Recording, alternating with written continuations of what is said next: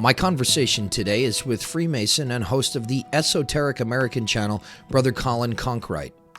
Collin's work with Esoteric American is some of the highest quality, freely accessible documentary-style presentations available on the history of esotericism and related currents.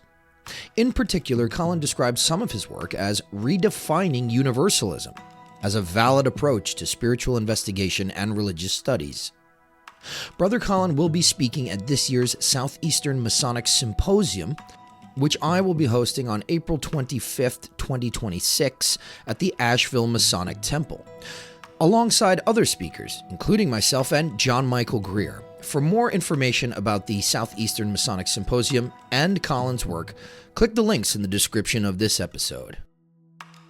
I'm Ike Baker, and this is the Arcanum Podcast.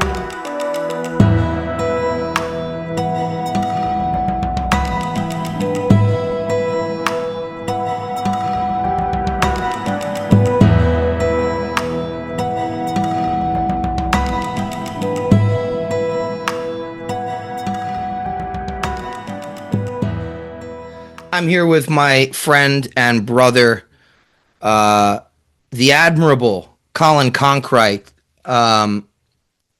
who hosts and is the mastermind behind the extremely successful Freemasonic and all things esoteric YouTube channel and now podcast, American Esoteric. Thanks for being here, brother. Thanks for having me. It's an honor to be back, and I'm very excited that we got to meet in person at the recent Hidden Influences conference in DC. So that was great. Your lecture there was awesome as well. Oh, thank you, man. Yeah, it was really great to hang with you and see everybody again. That was a lot of fun. But so it's no secret you are a Freemason.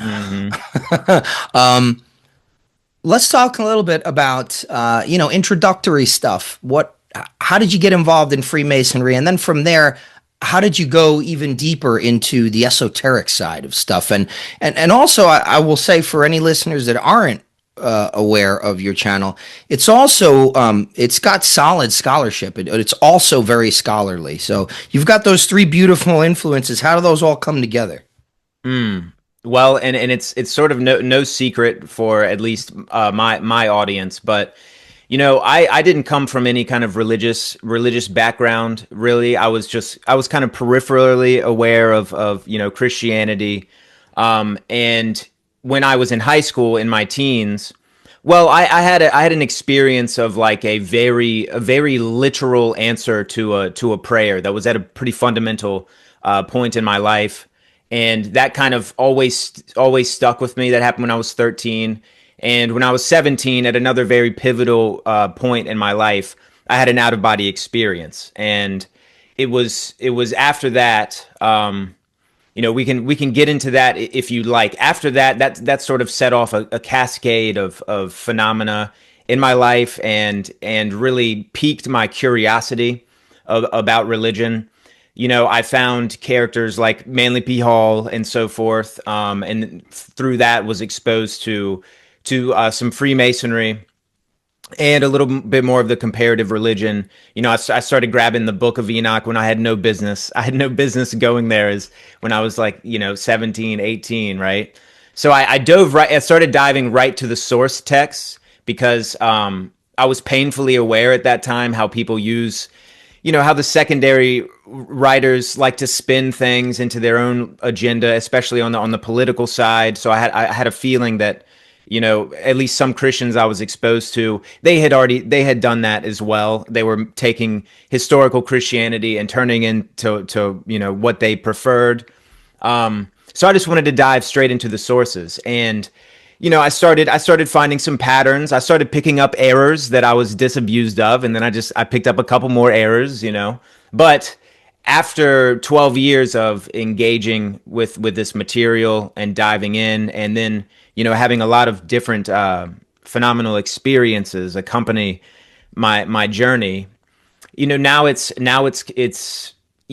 part of who I am, right? So after that experience, it really opened up the floodgates. And And then I was very curious about Freemasonry and fascinated with it. And when I was 19 years old, I actually tried to join a local lodge, but they were kind of like, you're a little too young and you're a little too far away at the time, so it didn't work out. But I would have books about Freemasonry, like textbooks. For instance, this is like the presentation book that you get, at my lodge, every Master Mason gets, right?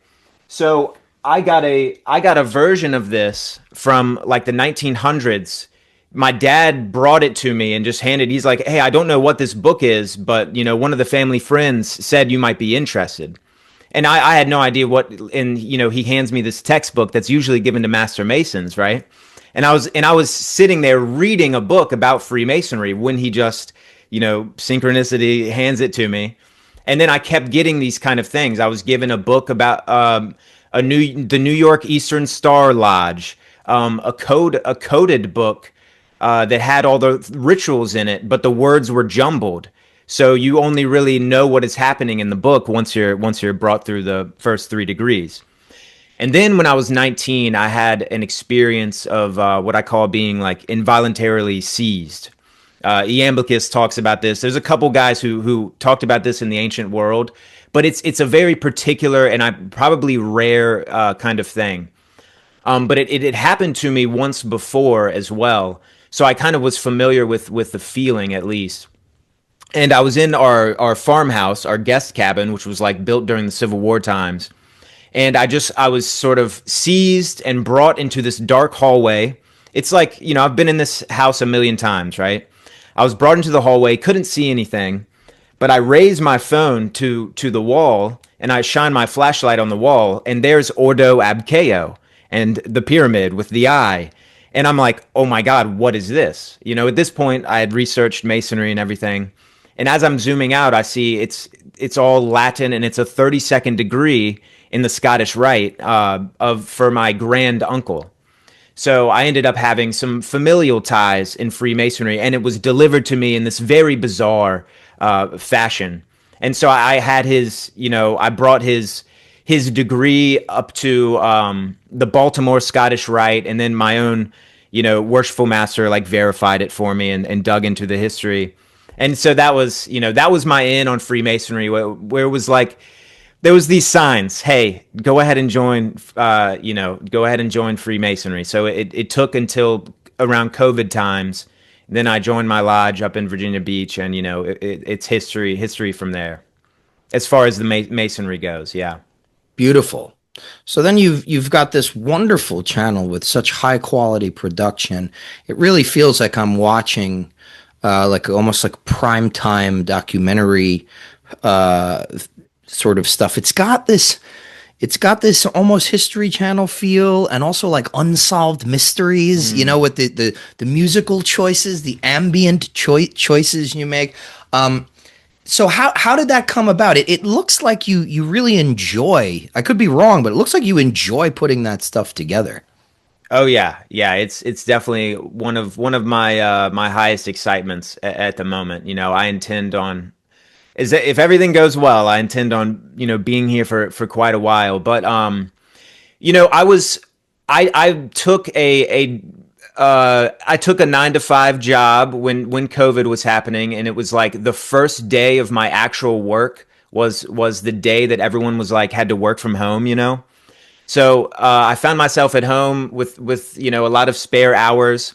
These office jobs, they're like, oh, you're gonna have 8 hours of work every day, but no one that in practice, no one actually does that. A lot of these, it's like 4 hours of work, and then you don't know what to do, right? So I was like, all right, well, I have I've been reading all these books. I'm writing. I was writing at that point for 7 years. Different academic essays, and I had nowhere to put it. I was kind of bummed out about it, because I was like, I'm so excited about this stuff. I know it's like part of my calling. I just don't know where does it fit. I've spent so many years doing it, right? And so I just created an Instagram page, American Esoteric, and that's where the name sort of stuck. And I just started posting quotes from the ancients and everything else, and doing little commentaries and whatnot. But I wanted to take it further, so I developed it into a podcast. Didn't really go anywhere from there. And then when I moved back to my farm here in Virginia and started building this off-grid cabin here, I was like, all right, it's time to bring all of this into the YouTube space because, and so I just taught myself film editing, and I was already a music producer, so I knew an audio engineer, so I knew how everything like that worked. I was already a writer, so all these skills kind of coalesced, and now yeah, into this beautiful thing. Yeah, I'm curious. Maybe we could talk a little bit about, right? So just for people that don't understand, I think most people who listen to my podcast understand this by now, but not all Freemasonry and not all Freemasons um, are interested in esotericism. So it's quite an interesting sort of meeting ground right now. We're experiencing a little bit of what has been referred to as obviously a restoration, but also a renaissance to some degree in some aspects of Freemasonry. And a big part of this, with the observant lodges and things of this, the quote unquote TO lodges, there's a very wonderful forum opening for specifically for esotericism. So, esotericism usually implies some kind of practice, right? I mean, otherwise you're just an armchair occultist, and that's fine too. But I think proper esotericism involves a bit of practice. Do you have a practice since you stand in that middle ground, or are you more interested in the scholarship and the presentation of this material? So the scholarship is actually secondary for me, right? It came, like I kind of implied before, it came after all of these different experiences that I just couldn't make sense of. I didn't have a mentor. I didn't have someone who understood, how to explain, like, oh, you're having these visions, you're having these altered states of being, you're having these very profound synchronicities. No one had the answers to my questions, so I had to look into the ancient world and start doing some comparative religious studies, right? But I was practicing after this experience what I am now formalizing and putting into a system, which is like, I have mixed feelings about that, but I'm excited enough to go forward, and I think it would be of value. And I kind of just recently like really solidified the name Pneumaturgy because it brings all of these different elements together, right? The idea of, let's just say, spirit work would be a very crude English version of it. But pneumaturgy, it covers a lot of different layers, and the idea really is like you should be able to explain it, the basic level, in under 5 minutes to anyone, and they should be able to immediately start putting it into practice and feeling the effects. Okay, so let's say that the base level is like controlling your adrenal response. Well, let me back it up a little bit. The idea initially is like feeling in its deep physiology, feeling deeply into areas in your body. Okay, so you start at this physical level of things. Let's say you have a congested sinuses, right? Your nose is stuffed up as you're falling to sleep. You can close your eyes, kind of lay back, and you can focus on, let's say my right nostril is closed up. You can focus on this area. And it's visualization, it's sensual, and it's breath. It's all of these things are happening all at once, right? And you're feeling into this area. You might have your own little visual technique of it. You're creating a kind of fluttering. And then all of a sudden, a sensation corresponds with this. And, your sinuses open up, and now you can breathe clearly, right? You can control if you have... I'm still trying to discover if other people can do it as easily as others, right? So it's still sort of exploratory phase there. But if you're good at it, you can control your adrenal response. So let's say something happens that usually you would get really frustrated or angry about. You can stop the adrenal glands from releasing cortisol. And, the idea, like practicing virtue and not getting angry, that's pretty high stakes stuff. Like you can do some dumb things when you're angry. So if you can go back and start putting these control mechanisms in your body and taking, mind over matter, right? then you can control these things, and you can actually keep to the virtues a little bit better. It's things like if your colon is a little, if you need to create a bowel movement, you can use pneumaturgy to create bowel movements, right? If your ear is clogged, you can use it to, unclog your ear, and all of a sudden it'll ring. And there's these sensory correspondences to this practice that are relatively easy to. It should be kind of in the beginning an easy thing to put to practice. Like I teach my partner this. She's stuffed up before bed. I give her 2 sentences of instruction, and boom, and 5 minutes later, it's already helping. So, and I like that it has that very practical and grounded aspect, because people can immediately feel the benefits, right? And it's high stakes. You can control some of your emotions and some of your chemistry here. And then you start getting into the next levels, right? Other people would call this Kundalini practice or sort of Kriya yoga.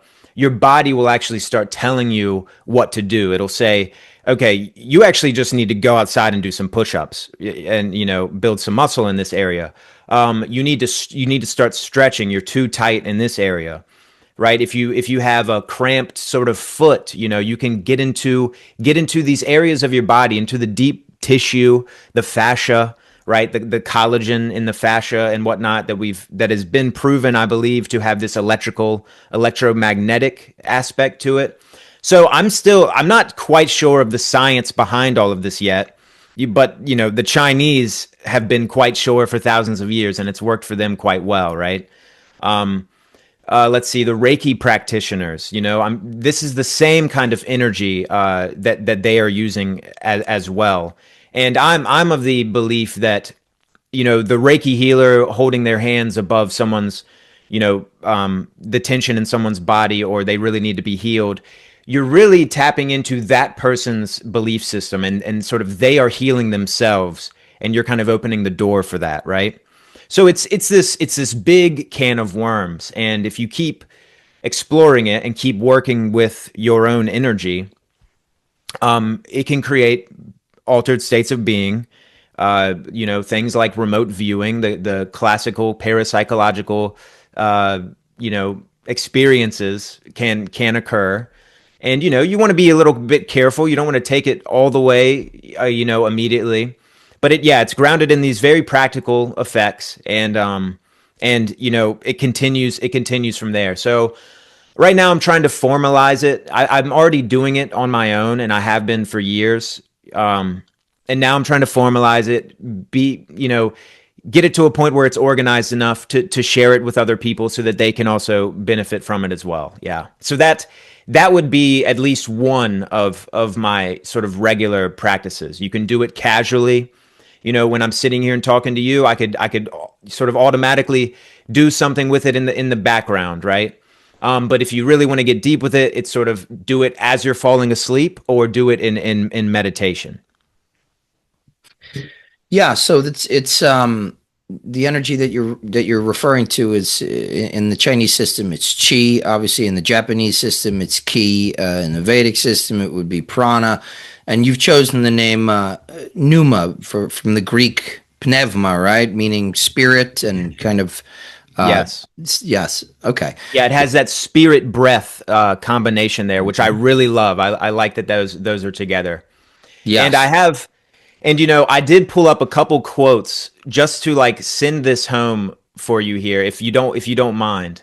Please. So Synesius of Cyrene, the 4th century Neoplatonist who became a Christian bishop. He's one of my favorite philosophers. Very, very interesting.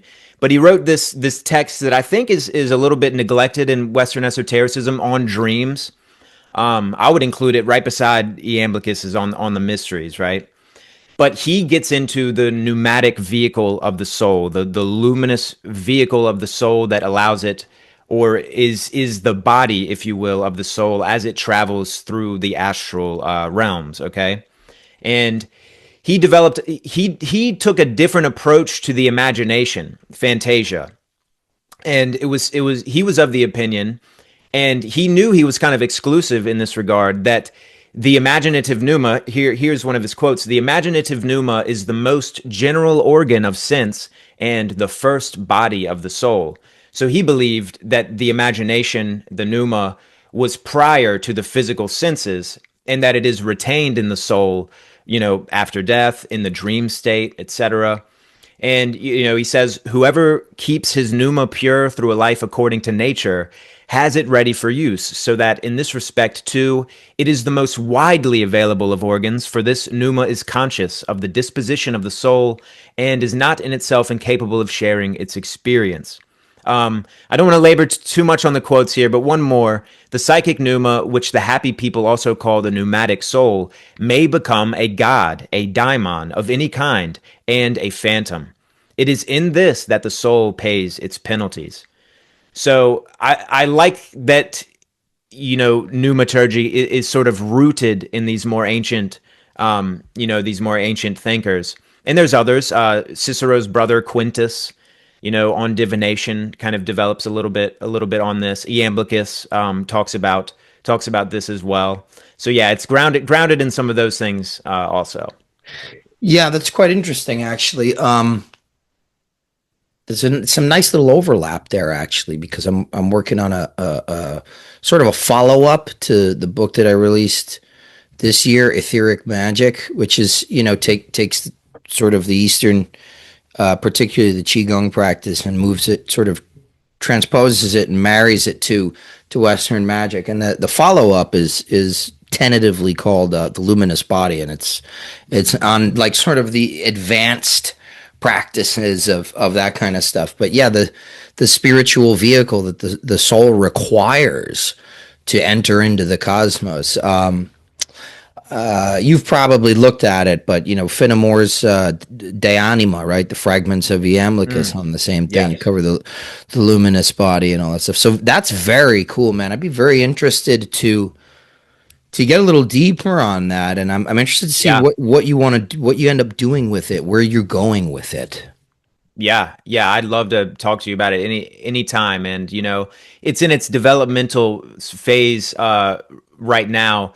But all of these things, they stick out for me as well, because I'm doing a lot of universalist research, and my universalism is I think different from a lot of other people's. Sometimes I feel like I'm standing on an island with it, but so part of the research right now is showing that I'm not actually on an island, that there were universalists long before me, and I have a lot of evidence to show that as well. I mean, the luminous body in general, if you look at all of the different near-death experiences across cultures and so forth. I mean, where is a mystical experience without some aspect of light? And there's a lot of unifications with light. The ascents are usually coupled with light. So light, everyone likes to hate on light and love and whatnot, but I hate to tell you guys, you tough guys out there, but light and love, that's actually a big deal. And I know it sounds cheesy and everything else, but unconditional love and the light, there's a reason that those are coupled with a lot of mystical experiences and everything else. Yeah. And the thing is, it really is the culmination is a very specific kind of love, and I think has to do with eros, right? The erotic nature of the soul, not a sexual eroticism, but certainly in the Greek word, that kind of that burning desire, and the soul's desire, that eros, for it has an inherent desire because it's been abstracted from its source. It's been pulled out of the one, or it has emanated away from the one, so to speak, analogically. And it desires reunion. And so we're here here in the world, that manifests as, I want a new car, I want a good-looking spouse, I want to make more money. It's always something. You always want something. Even if you decide one day, I don't want to have a desire, and I want to stop having to, that's a desire in and of itself.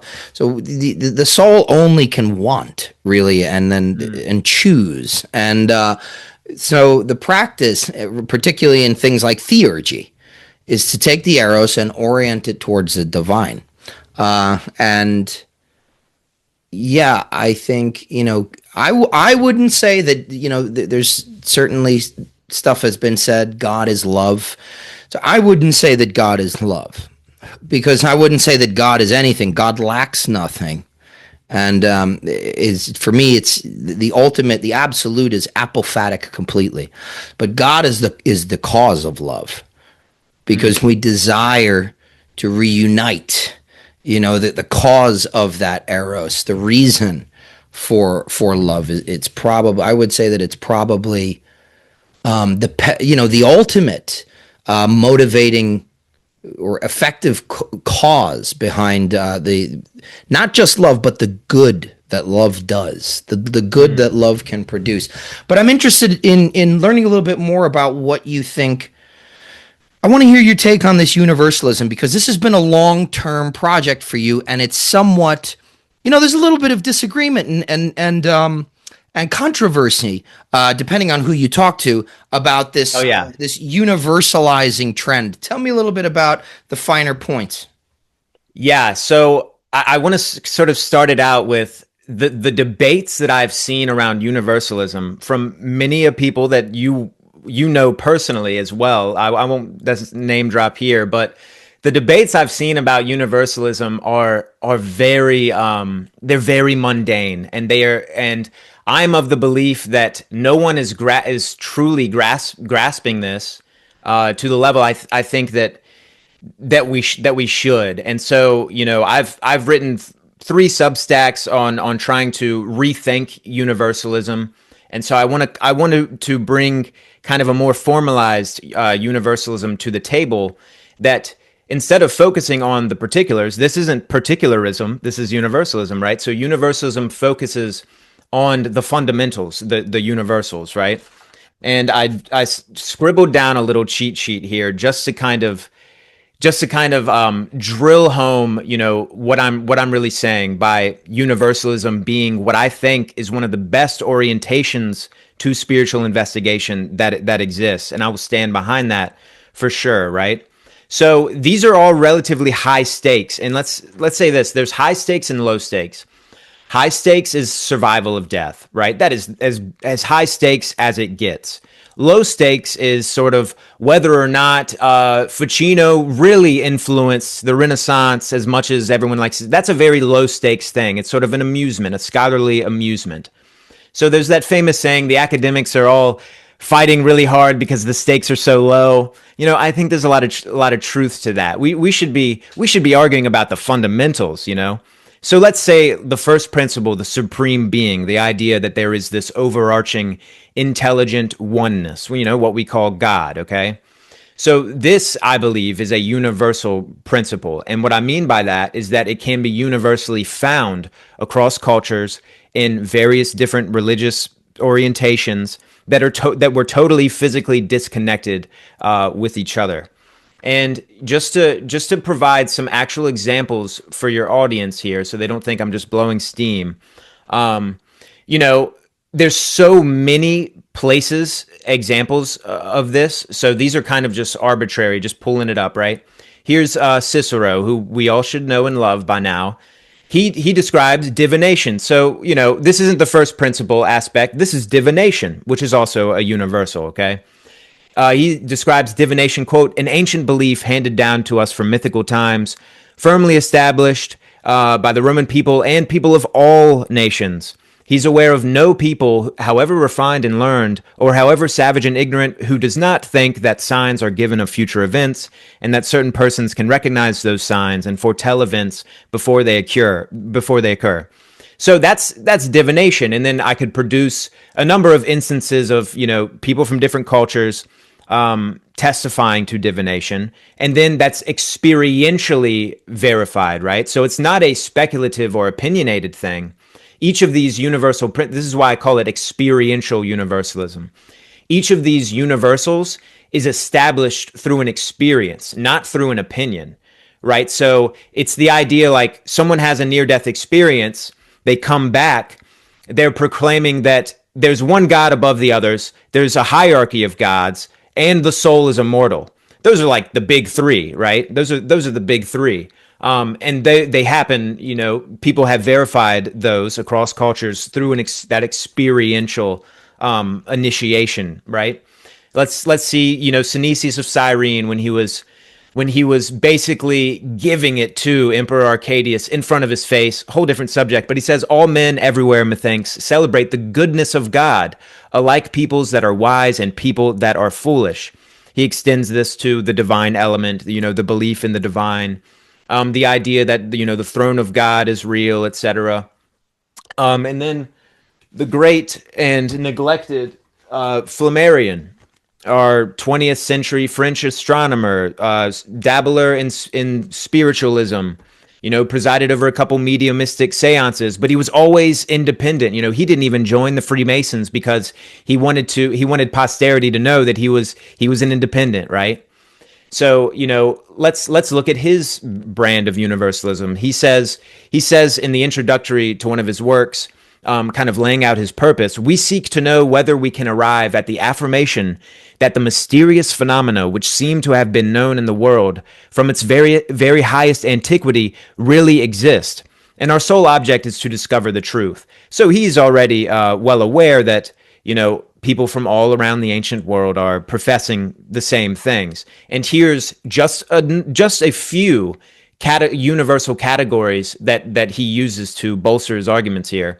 And he's looking into more phenomena like, ghost phenomena, apparitions, that kind of stuff. Manifestations from apparitions of the dying, manifestations from apparitions of the dead, sight of things taking place far off or remote viewing. Premonitory dreams, prophetic dreams, dreams showing the deceased, meetings foreseen by some inspiration. Okay, this was translated from the French, you can tell. Presentiments realized, doubles of persons living, movement of inanimate things without apparent cause. The door opened on its own, and I felt like someone was standing there. He was looking into thousands of contemporary Parisians that were sending him reports. So he was collecting reports from like a 20-year, 30-year window of people just all around Paris. Communications of thought at a distance, telepathy. Impressions felt by animals. Cries heard from a great distance. He recounts stories of, a wife, her husband is off at war, and she feels like she heard him calling her name. And, the wife is thrown into a fit. And sure enough, 2 weeks later, they get a letter from his commanding officer that he died in the same hour that she heard his voice, right? He produces countless of these kind of experiences, bolted doors opening themselves, haunted houses. And so the whole time he's doing this, he's also tapping back into Cicero's on divination and using some of these more ancient sources to show that this isn't just happening in 20th century Paris. It's always happened, and it happens across cultures, right? So this is what we're getting at when we're talking about universalism. And feel free to stop me at any point here. Okay, we have like the divine hierarchy, right? The idea that there are many different deities, the angelic hierarchies and so forth, and that through this hierarchy, the ones, on the lower rungs have less power. The ones on higher are taking part to a greater degree of the Godhead. Okay, Pseudo Dionysius, Thomas Aquinas, right? Those are the kind of the Christian elements of this. But they are, it's this divine hierarchy is firmly established in so many other places. Now, let's get back to the first principle one. Here's Black Elk, the famous Lakota holy man. Nice. I love Black Elk. Black Elk Speaks is one of my favorite just spiritual writings, period. Yes, it's a must read. That's a must read. Absolutely. Yeah, so here's him talking about the Great Spirit, I would say, which is relatively ubiquitous and, corresponds with God, the first principle, right? In a different way, we could get into that. But he says, this is how he prays. Grandfather, Great Spirit, you have been always, and before you, no one has been. Oh, the first begotten there, right? There is no other one to pray to but you. You yourself, everything that you see, everything has been made by you. The star nations all over the universe you have finished. The four quarters of the earth you have finished. So he is saying that this great spirit isn't just the God of the Lakota, right? This is the God of the universe, okay? And another great example of this, so that we don't just put Black Elk in here as our Native American source. When John Smith, the guy in the Pocahontas movies, he was an actual guy, right? When John Smith was exploring and, having dealings with the Powhatan Indians right here, sort of in my backyard, the Chesapeake Bay region, he encountered their religions, but he only has like a few pages dedicated to their religion. And I won't read it all here, but it's really profound. He says, some religion they have, and he says they have many gods called Mantoac. Also, there is one chief God that hath been from all eternity, who, as they say, when he first proposed to make the world, made first the other gods in a principal order. So this higher God establishes the universal hierarchy. He goes on to say they believe in the immortality of the soul. When life departing from the body according to the good or bad works it hath done, it is carried up to the tabernacles of the God, right? So not only is this the survival of death, the soul, another universal principle, he's also embedding morality in there, that there's going to be, which is another universal principle, which I think I've seen you post about, the post-death reconciliation. That is also very cross-cultural. And he says, to confirm this, they told me of two men that had been lately dead and revived again. So there was two people who had near-death experiences among the Powhatan, and that was part of their confirmation of their theological beliefs, right? So this is that experiential universalism that we're getting into. It's not that these principles are theological abstractions, right? That experiences underlie them. And the great Gregory Shushan, one of the leading experts on near-death experiences right now, he's doing, I think, at least from what I've been exposed to, he's really developing on the experiential source theory. And that's the formal name there, the idea that the origins of afterlife beliefs and generally the majority of the religious beliefs that we know and love are established through experiences. So that is kind of, that is the research that I'm undertaking. And since, do I have a bias here? I definitely do. I'm not free of my biases, right? I mean, I had experiences that led me to my beliefs, right? And I know other people who have had that as well. And that seems very natural. That seems very natural to me. So naturally, when I find that, there's all these other great philosophers and different people from around the world that are affirming this, it becomes surprising to me when I see scholars, that they tend to just, the experiences are kind of this, void that you don't really look at. You don't necessarily credit them. You're looking at kind of this physical passage of the belief. So you're saying that, something originated in Asia, the shamanic practices of, the Siberians, they had to actually physically cross the Bering Strait and come into America in order for the North Americans to have these shamanic beliefs. And is there something to be said about the migrational, syncretisms and everything? Of course. But we should never pigeonhole ourselves into like one explanation here. There's also, the idea that totally separate people from every part of the world, they're also human beings. We live under the same sun. We live in the same universe. The same ontological, objective parameters apply to me just like they apply to someone who speaks a different language, has a different culture, and everything else. So when people are trying to explain the apparent universals and the apparent, parallels through purely these cultural, imaginative, speculative things, they are doing what they accuse the universalists of doing, right? They're discounting actually what they're telling us, because they're telling us, no, we experience this.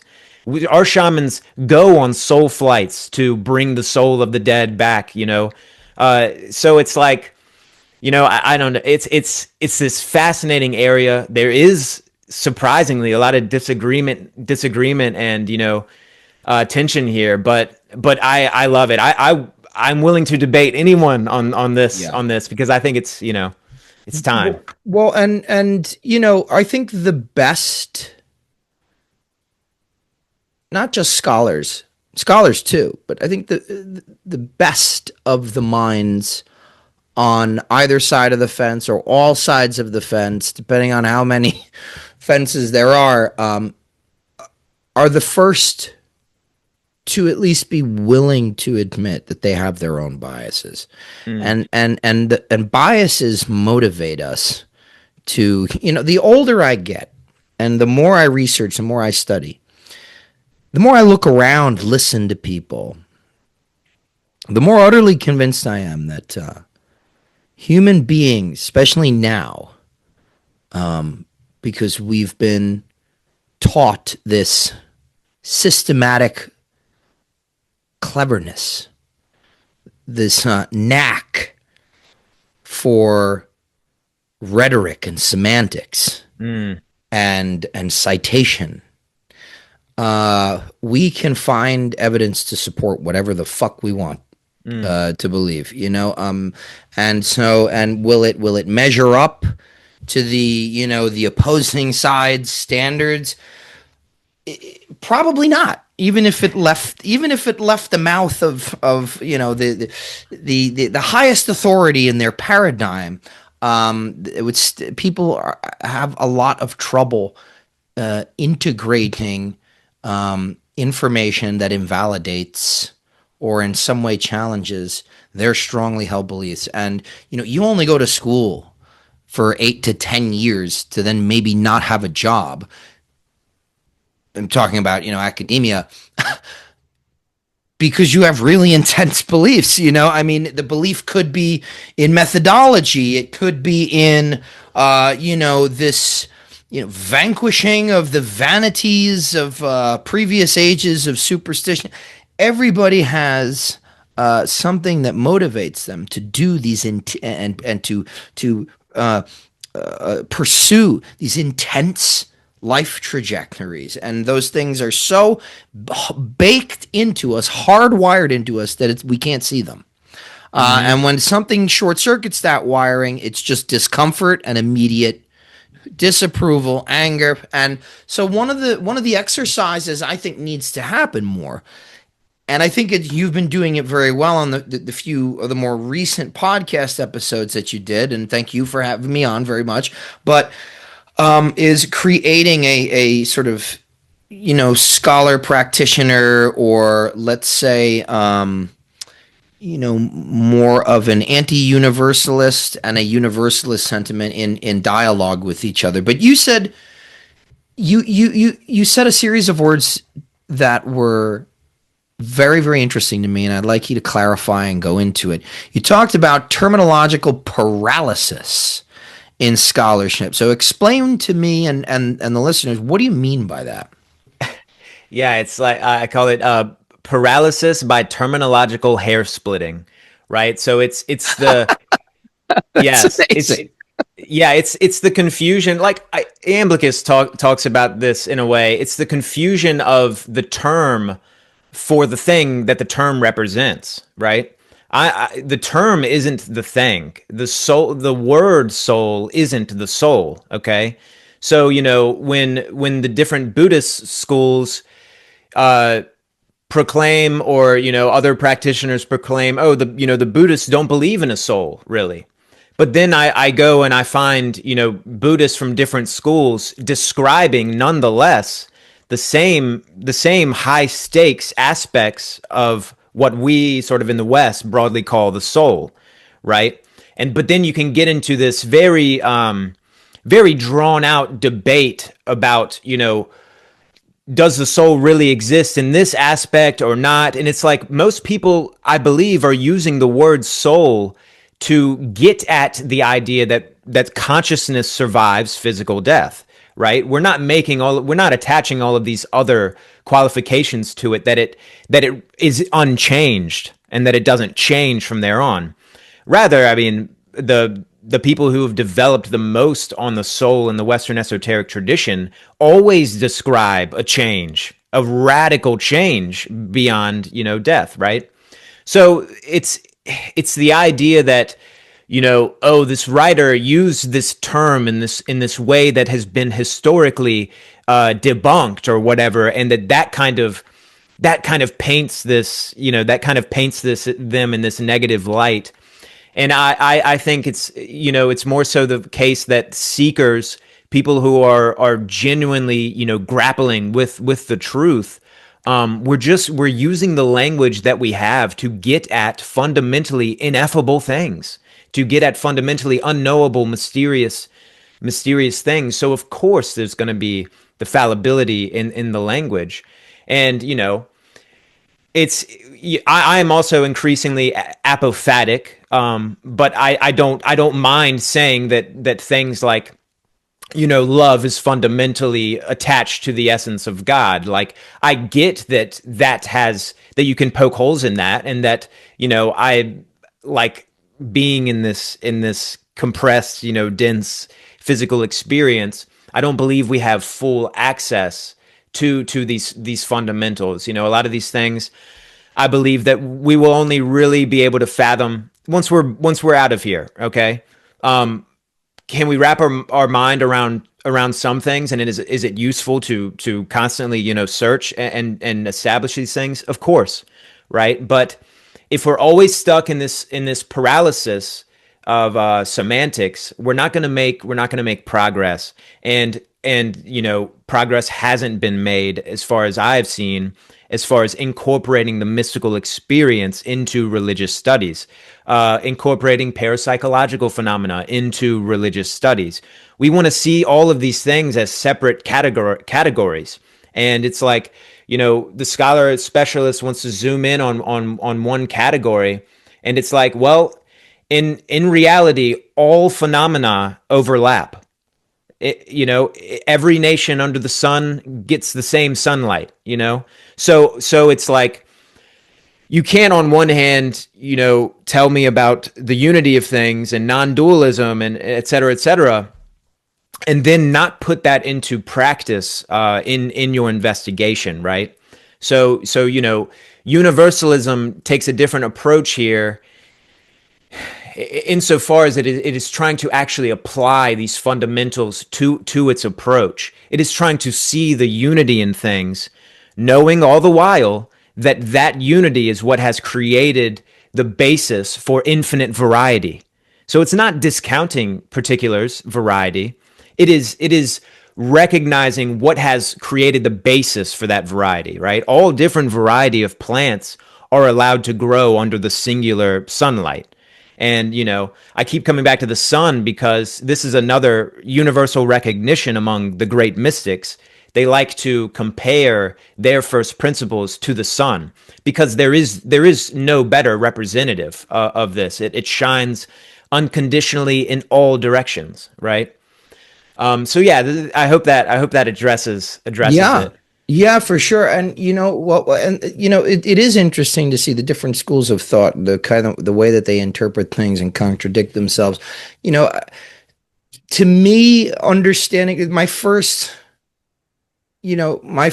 real practice, like trajectory, was Zazen.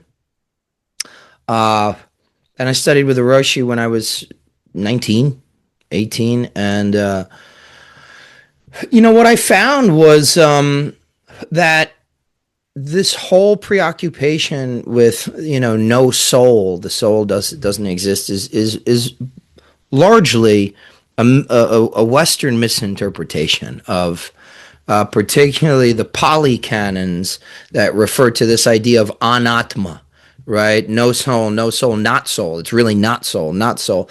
And one of the reasons why this word is used is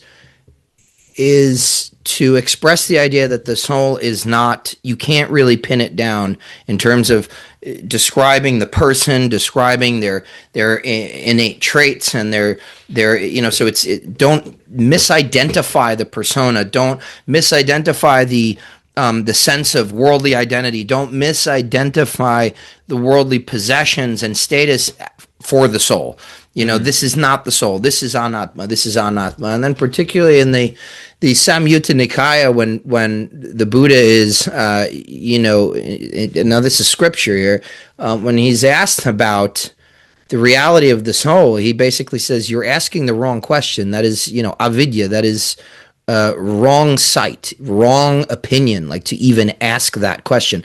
So really nowhere does it truly deny the existence of the soul, which is why I find that there are some sects that, will still discuss it as if it is a reality. But I have sort of conceptualized from my own phenomenology and then the study of this stuff of mythology and there is an experiential component. I think some of that experiential component has the capacity for reception and inspiration. I think this is what you would call this is a major project of the initiatory system, is to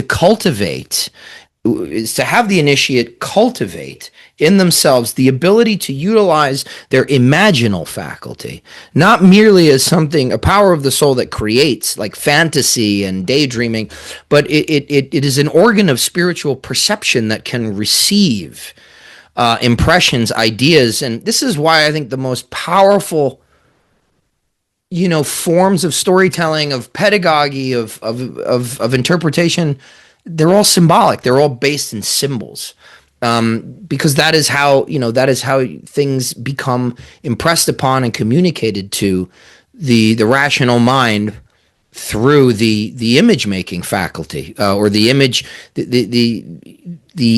receiving faculty, and it's all imagination. So I don't know how much you've explored that, or what's your take on the imaginal's role in all of this? Yeah, I think the imagination is underestimated, and I don't know who's to blame for this, whether it's Aristotle or something, but there seems to be at least one school of thought that what occurs in imagination is sort of less valid because it's all projection, right? It's all this sort of projection of this subconscious and everything else. And to bring this in, let's bring this into the dream space, right? We have Homer and generally all the different ancients, when they discuss dreams, they talk about the two different passages, the gate of horn and the gate of ivory, right? So the idea is that some dreams come in and they're false dreams. They're born of things that really are kind of trivial and we shouldn't get attached to them. And then there's some dreams that come and they're divine dreams. They're sent to us from the gods, right? I think the same thing applies to imagination. That there are imaginings that, just like everything else, are in harmony with, let's say, our own individual purpose and kind of what is actually has a collective sort of benefit and what is actually useful. And then there's imaginings that are generally kind of destructive, or they don't really get at anything, okay? And so you see the imagination take on, however, a extremely concrete and lived form in the dream space, right? So that becomes this point where it is not just visual imagery swirling around in my head, which can at times, and often I think for introverted cerebral folks, possibly like you and me, you kind of feel like you occupy this different space sometimes in this imagination. But in this dream space, you are actually, at least experientially, occupying a different space that you can clearly recognize has a lot of foundation in your own imagination. But then all of a sudden something might enter the dream space that is totally, you've never experienced this. You've never seen this place before. You've never seen this person before. A message is given to you, right? So, there's these different qualities and these different layers that get missed if you kind of make these blanket sort of blanket statements that, imagination shouldn't be counted into spiritual investigation and so on. Whereas it's like Synesius and Iamblichus both pointed to dreams as being fundamental, even in the ancient world, for the origins of mythology and the origins of some of these beliefs. And since we're straying into the dream world, like where I see imagination take on the most profound and indescribable kind of powers is in the lucid dream space. And I get that not everyone has even had a lucid dream that they can remember, so I get that this seems to be this rarefied experience.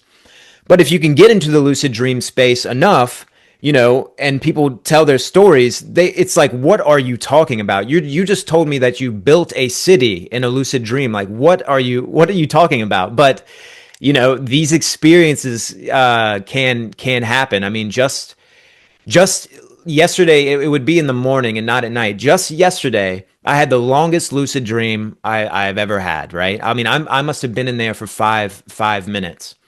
And once you're in the lucid dream, you can start experimenting, right? So, I mean, one lucid dream, I tried to have an out of body experience in the lucid dream, and I felt myself, soaring up, and then I just came back into the body that was sleeping, right? Those lucid dreams where you're in the dream, but you have no memory of who the sleeper is. That is a very bizarre place to find yourself in. But it speaks to these other layers of consciousness that we can't yet grasp. It exhausts all of our language, like a DMT experience, right?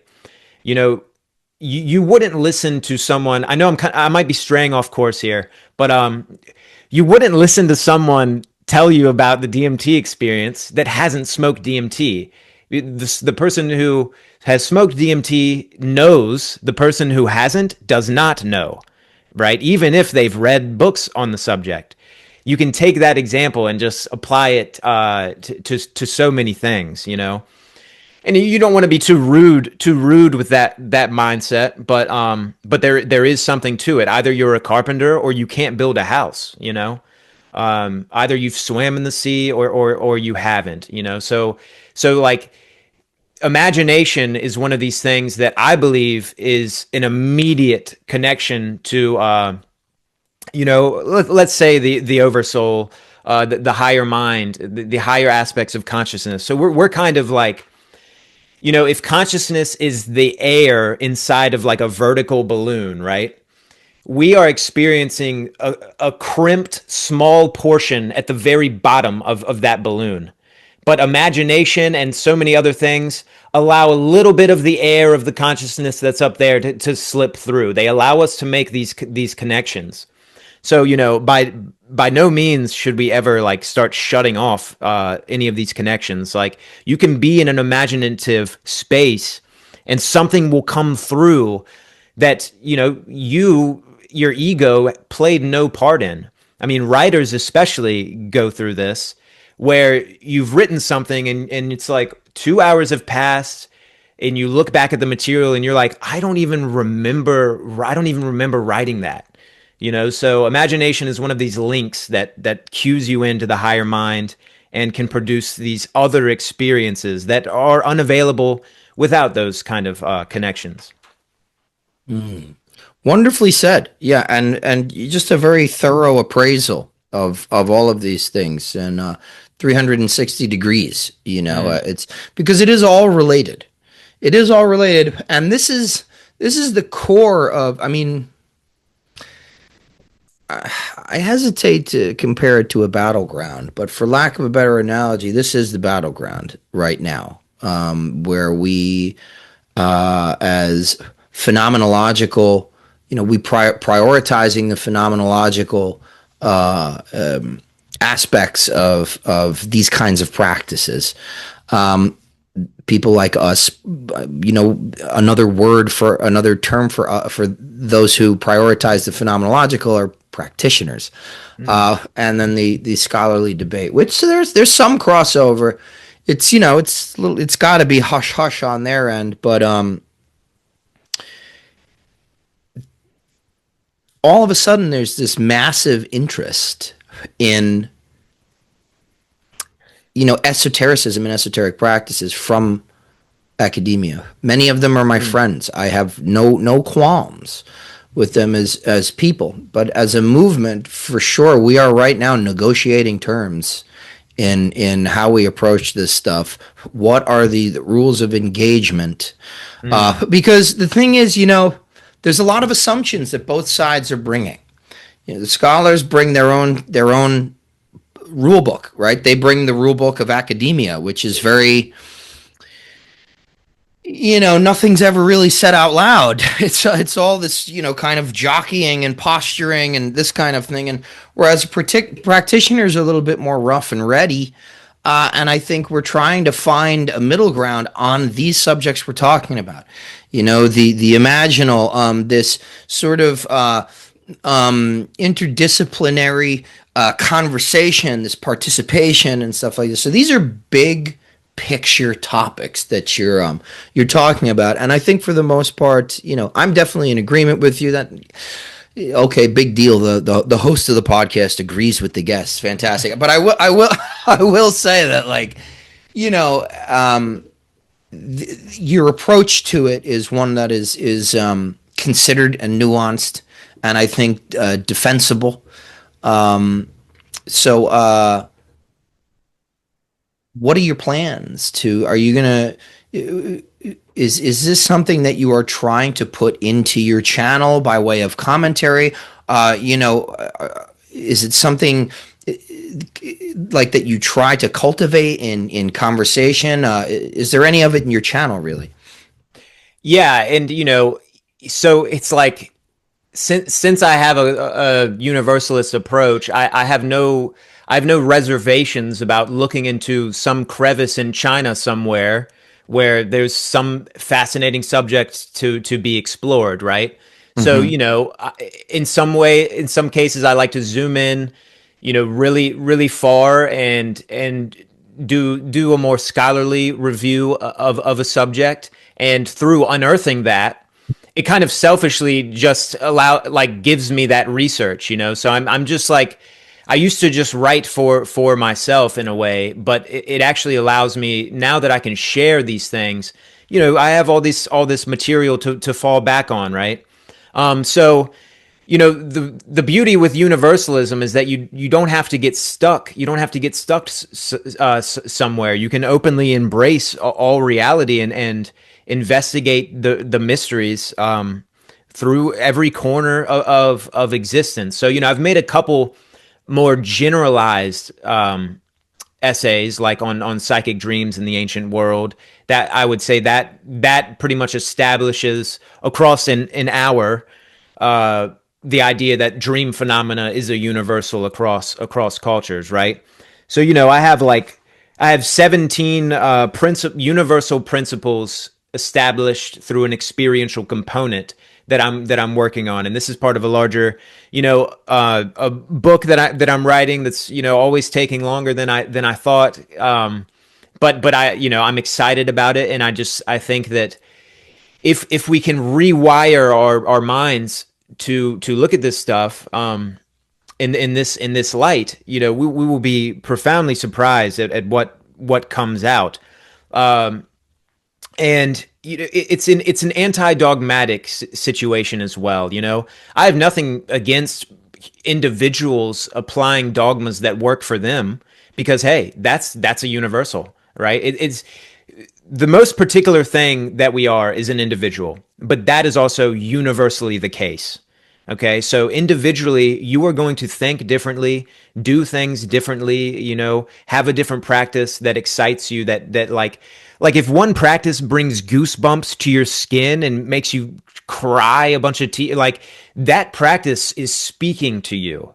Don't conform to another practice just because everyone else is doing it, right? Find something that speaks directly to your heart and follow that. And that's where I'm very anti-dogmatic about it. I try to do what works for me because that, it speaks to me directly, and you should do nothing else than do something that really speaks to your heart, because that's our greater connection. There is something, if something's really coming at you, there's these synchronicities attached to it. You constantly thinking about it. That is an indication that you need to take this forward. And just for me personally, the universalism aspect, that has always been kind of my mindset there. And it is only in the last 2 years that I've had to, bring these things into terms and start putting them in systems and formalizing these things. Because it kind of used to be a more exploratory. I'm doing this from, I really am searching and seeking, and, moments of despair, and you're looking for something greater. And there was at the times that I needed the future version of myself, I wasn't there, right? I wasn't there. And now, I've been blessed enough to be able to be someone who has occasionally shared a torch that someone needed when they were passing through. And I'll always say, like, I'm not your guru. I'm a brother standing beside you, pointing at the mystery, like, oh, look at that, So I don't take this authoritative sort of approach. I know I'm rambling on here, but I hope this is giving you a sense of where I'm coming from, right? Mm-hmm. Because where I want to take it is really developing these universals and showing that there's these experiential components. And for instance, like Gregory Shushin with his near-death experience work, I think is from that scholarly perspective, really trying to hammer these people over the head with the experiences and saying, hey, look at Pure Land Buddhism, look at all of the different experiences across Native America and look at how they shaped the religious beliefs. And let's think about how these might actually be at the origins of religious beliefs, because there's a great mystery there. But it is not so mysterious if you think that, basically, we live in a divine reality, and we have something that can be called a soul. And it seems to be that is why people have religious beliefs, is because spiritual reality actually exists, If you're starting from the thing that, matter exists first, and then it's like the hard problem of consciousness becomes, how did matter create consciousness? It's like, that's not the hard problem. The hard problem is sort of, how did consciousness create the illusion of matter? That's more of the challenge here. So it's like flipping it all on its head, Yeah, absolutely. Absolutely. It's encouraging to hear that you're trying to get all this out into a book. Do you have anything else forthcoming? Anything on the docket for this year? We just entered 2026, so yes. that gives everybody a lot of time. But what's on the docket? What are your projects? So the book, The Universalist, Universal. I forget the subtitle there because I'm still playing around with it, but I'm still going to be working on that, and I want to formalize the pneumaturgy and sort of develop that to the point where I can do like events and share that directly with people, and of course keeping the essays rolling. It's like sometimes I'm like, why I'm doing this like all the time. It's not it's not something that's going to get you rich or anything like that. It's actually guaranteed to possibly bring you into some years of uncertainty in that regard. But, I'm trying to stay true to my values and just follow what excites me. And I just think that, I think we're in this big transitional period right now. I'm also a novelist, so I have a novel that I it's like in the 98% done, so I'm just polishing up the finishing copy editing for. But yeah, so I'm a writer. I dabble in some fiction here and there, and I stick to my research that we've been discussing. The channel's gonna stay with me for a while, and you never know when all of a sudden your channel can explode one day, and then result in connections like like you and me are having right now, and result in new friendships and everything. I need to explore more events and get out there on the ground a little bit more. So, keep me apprised, please, of any cool conferences and things like that. I want to get out there a little bit more and come out of my library. So that's kind of the spirit of 2026.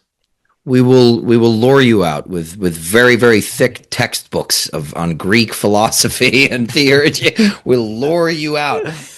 So speaking of which, wonderful conversation this evening. I enjoy everything that you have to say. We went deep, and I think at this level of, I've been doing this for about 3 years now consistently, and it feels like this particular episode marks sort of hitting a stride with the type of content and discussion that I find of the highest value. So I appreciate you. And I'm sure that everybody that has been hanging on for the ride is curious as to where they can, sink their teeth in a little deeper. So could you recommend 3 books as introductions to anything we spoke about this evening? Yeah, so I like to start with this one, Philostratus's Apollonius of Tyana. You might not be able to see it too well, but it's in 4 books, and it's a beautiful story. It's at some points it reads almost like a novel, so it's entertaining, and it's tapping into some serious knowledge as well, and it also it's universalist as well, because Apollonius is traveling around to these different religious systems and learning from their masters and so forth. And he's performing a lot of these miracles and these healings. And he has a lot of phenomenal experiences that Philostratus at least is recording, that I think are fascinating, and they demonstrate that what Jesus was doing at his time was also happening for other people as well. So, Philostratus's Apollonius of Tyana. Also, any book by Gregory Shushan right now. I can't get enough of Gregory. I've got a couple of his other books here as well. But you could start with Near-Death Experience in Ancient Civilizations. And, he's on the forefront of this experiential source theory. And it's about time, in my opinion, because I think we are going to discover that the origins of religious beliefs and afterlife beliefs begin with individuals having experiences that confirm them. And I think that he's on the leading edge of that. I'm torn with this last one, but it's okay. I'll go ahead and say Flammarion, who we mentioned earlier. 20th century, French astronomer, mystic. He did not attend any formal university, and he was a seeker. He was applying the scientific standards of his time to investigate, all of the different layers of paranormal phenomena, and he's a little bit neglected. And there's so many books out there that are just fascinating, and they're all hundreds and hundreds of different accounts and different experiences that were given to him by letters from contemporary people in Paris and in other parts of the world, talking about how, for instance, someone might die, and then their relative will see them in a dream the same hour of the death, and he tries to apply some more scientific standards here, and he's butting heads with the materialists and the atheists of his time. And it kind of shows you how long this situation has been going on that we just discussed, right? This kind of battleground. I mean, it's been going on a long time. So yeah, those are the 3. Wonderful. Thank you so much, Brother Collin. I'm looking forward to seeing you out there on the conference circuit this year. And yeah, we're all excited about everything that you've got, that you continue to produce for us. So thank you so much for this conversation this evening. Thanks, brother. Thanks for having me.